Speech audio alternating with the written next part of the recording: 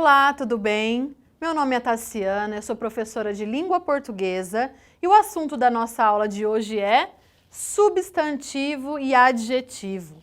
Duas classes de palavras extremamente importantes na produção de conteúdo da língua portuguesa.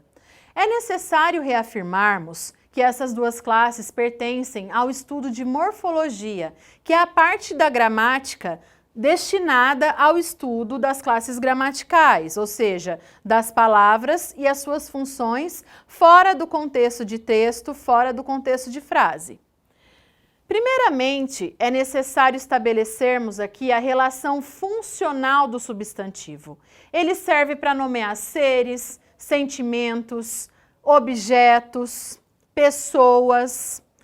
Existe uma subclassificação dos substantivos, ok? Temos aqui o substantivo próprio, que ele particulariza os seres que ele nomeia. Por exemplo, Maria, Paulo, João. É por isso que nós escrevemos esses substantivos com letra maiúscula, porque eles particularizam os seres. Temos o substantivo comum, que ele faz justamente o contrário do próprio.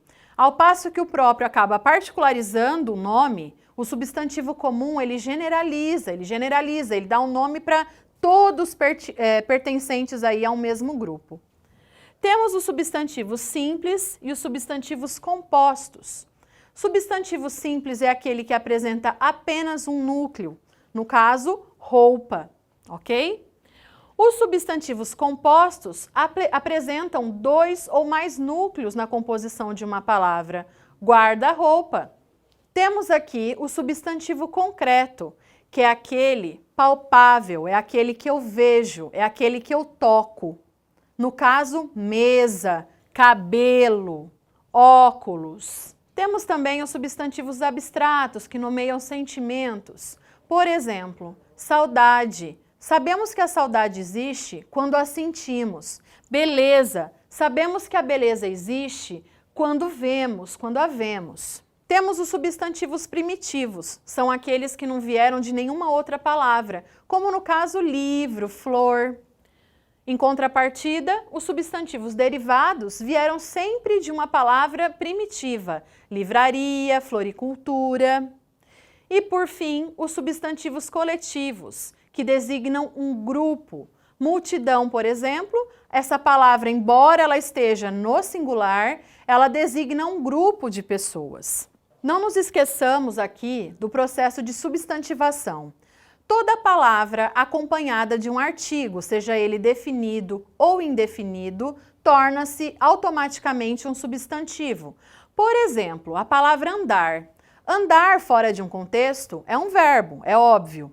Porém, acompanhada de um substantivo, como no caso do exemplo, o andar da garota é gracioso, essa palavra se transforma num substantivo. A classe dos substantivos, ela é totalmente variável. Nós possuímos aqui a variação de gênero, masculino e feminino. Não nos esqueçamos de abarcar outros gêneros hoje em dia. Acredito eu que essa subclassificação tende a desaparecer, e com toda razão. Temos a flexão de número, singular e plural, e também temos a flexão de grau, aumentativo e diminutivo. No caso do gênero, possuímos substantivos biformes, que possuem uma forma para o masculino e outra para o feminino. Temos substantivos comum de dois gêneros, quando existe apenas uma forma, tanto para o masculino quanto para o feminino, que é o caso de estudante. Quem faz a distinção dos gêneros é o artigo que acompanha a palavra, o estudante, a estudante. E temos os substantivos sobrecomuns, em que existe apenas uma acepção da palavra, tanto para o masculino quanto para o feminino. É o que ocorre com a palavra vítima, com a palavra criança, que simplesmente nós a usamos, independente do contexto, acompanhadas aí do artigo a. Passamos agora para o estudo da classe dos adjetivos. Enquanto o substantivo nomeia um ser, o adjetivo serve para caracterizar este ser, apresentar características. Os adjetivos eles podem aparecer também por meio de locuções adjetivas. Locuções são grupos de palavras que desempenham a função de uma classe maior.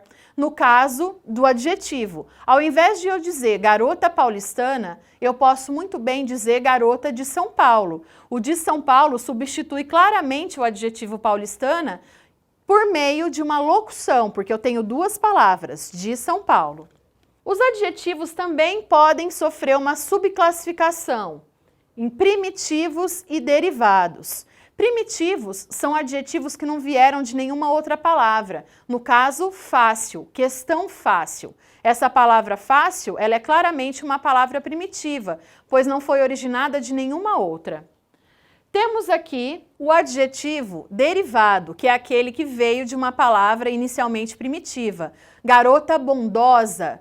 O bondosa veio da palavra bom, ok? Sendo dessa forma uma palavra derivada. Temos adjetivos simples, questão fácil, questão difícil. Na verdade, esses adjetivos simples, eles se constituem apenas de uma palavra, apenas de um núcleo. E temos também os adjetivos compostos, compostos por duas ou mais palavras. Bandeira luso-brasileira. Luso-brasileira é uma adjetivação composta de duas palavras, ou seja, é uma bandeira correspondente a duas nacionalidades, portuguesa e brasileira. Nesse caso, temos um exemplo clássico de adjetivo composto. Da mesma forma que os substantivos, os adjetivos também constituem uma classe de palavras variável, ou seja, eles possuem variação de gênero, número e grau. Quando falamos em flexão de gênero, dizemos aí novamente a questões de subdivisão em masculino e feminino. Garoto bonito, garota bonita. Em número, ele se faz com acréscimo e com a ausência do S. Menino bonito, meninos bonitos. E de grau. O grau do adjetivo, ele possui uma diferenciação com relação ao grau do substantivo. Primeiramente, nós temos aqui um exemplo clássico de grau comparativo de superioridade.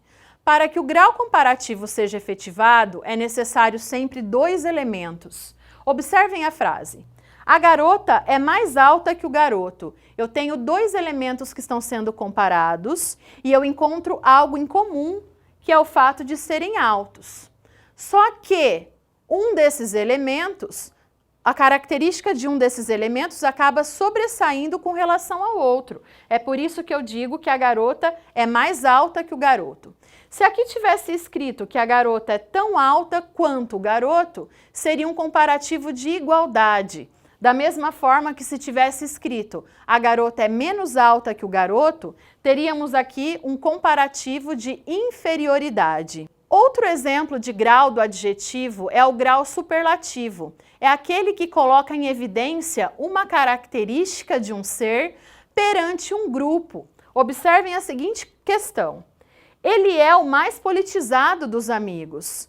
Ou seja, eu estabeleço uma comparação, mas é uma comparação com relação a um grupo e não apenas com relação a um outro elemento, como acontece no grau comparativo. O superlativo, então, ele acaba colocando em evidência toda essa questão, né, essa caracterização perante um grupo.